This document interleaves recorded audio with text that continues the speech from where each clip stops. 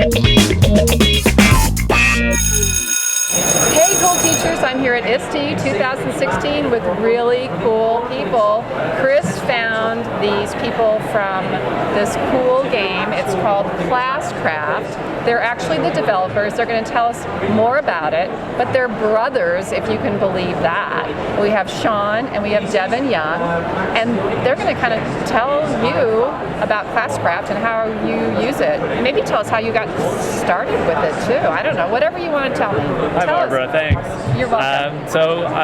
My name's Sean, I'm an educator. I taught physics for 10 years, and Classcraft was just this thing I started doing in my classroom, and I put it online, just a little website to talk about it, and the day that went online, 150,000 people came to the website.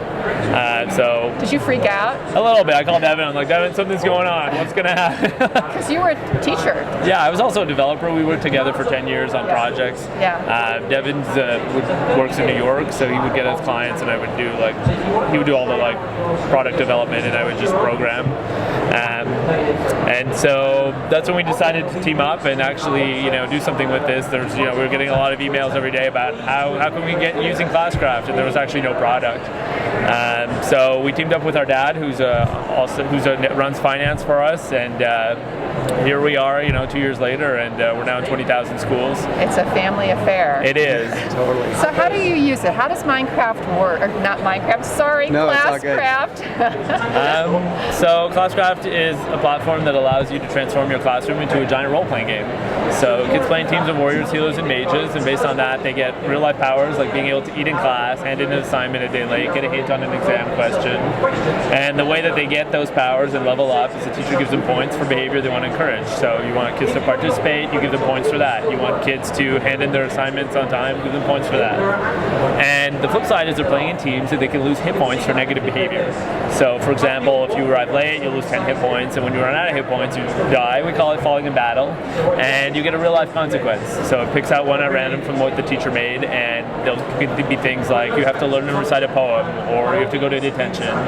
And then the whole team gets penalized. So every time they let one of their teammates fall in battle, they actually get penalized individually. And that's because they actually have control over that. They can use powers to heal each other or protect each other. And every time they do that, they get rewarded, they get points every time they help each other. Why did you develop it for your classroom? What was the purpose? Honestly, it was to have more fun and address some of these kids culturally where they are at. The kids are involving in video games, and the actual experience of being in school is very calcified. So the idea is I like that word. I like that description. Yeah. Picture, calcified. So how can we reimagine the actual experience of being in the classroom as something that's more engaging, that's collaborative, and more fun? Well, now Devin, tell us about your role. What do you do?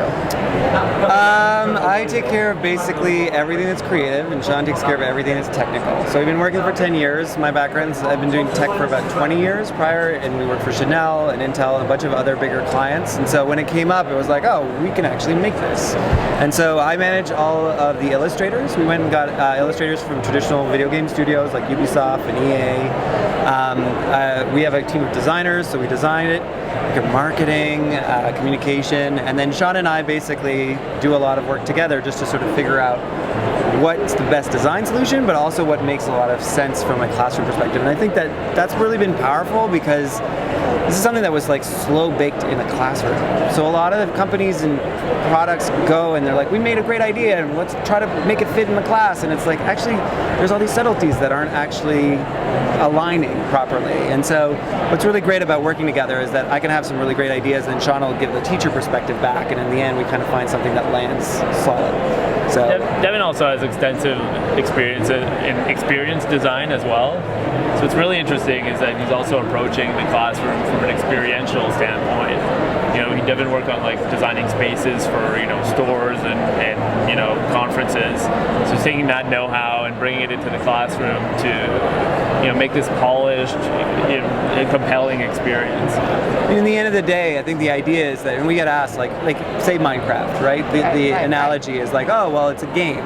So Minecraft is a virtual world and you move around it, and it's like, well, actually we're kind of at that step before where it's like you're in a classroom with 30 human beings and you're one person and you're supposed to like manage this social experience there, and how can we make that really compelling where it's less about being in the screen but more about interacting with each other and having, you know, experiences in that context. So it's just really interesting from an emotional standpoint, a social standpoint, of really trying to understand how to apply some of the best video game concepts, but really to the real world. So is this geared for a certain age level, or? Well, it's super customizable. So one of the things when we first designed it, we realized that for teachers to want to use this, they had to be able to adapt the game to their own settings. So the game adapts itself to them as opposed to them having to adapt their teaching to the game. Oh, wow. And what that means, and because it's a behavior-based game, what it means is that it's subject and grade agnostic. So we actually have people using it from grade 3 all the way through to college. And they'll use it in math class or an English class or whatever. And we've even set it up so that if a bunch of teachers want to work together in a school, a student's character will travel between class to class. Oh, that is really cool. Yeah. So if you were a teacher and you were kind of interested in finding out more about Classcraft or finding out how I could use it, how would they get started? What would they do? What would a teacher do? Just go to classcraft.com. They can sign themselves up. There's a free version and a paid version. They can just get ready with the free version. The free version is great. It's better than what I had in class. And it's free forever, unlimited number of students, and there's online tutorials, there's interactive tutorials, there's videos. We have a great community of really committed teachers who just love helping each other, so they can also ask questions there. What's the paid version? What does that do that the other?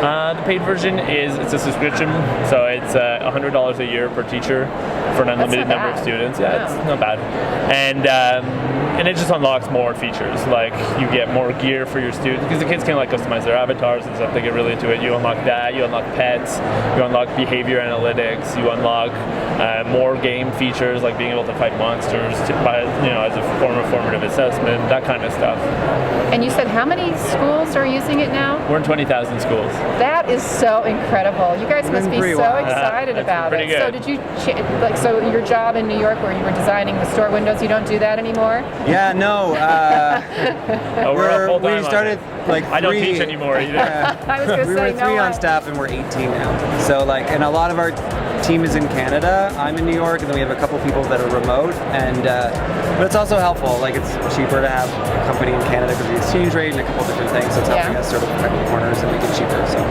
Oh, it's great. I'm so glad that you were able to come by our booth today. It's our pleasure. Our pleasure. So the best to you, and I can't wait to find out more about what you're doing. Cool. Sounds great. Thank you so much, Cheers. Barbara.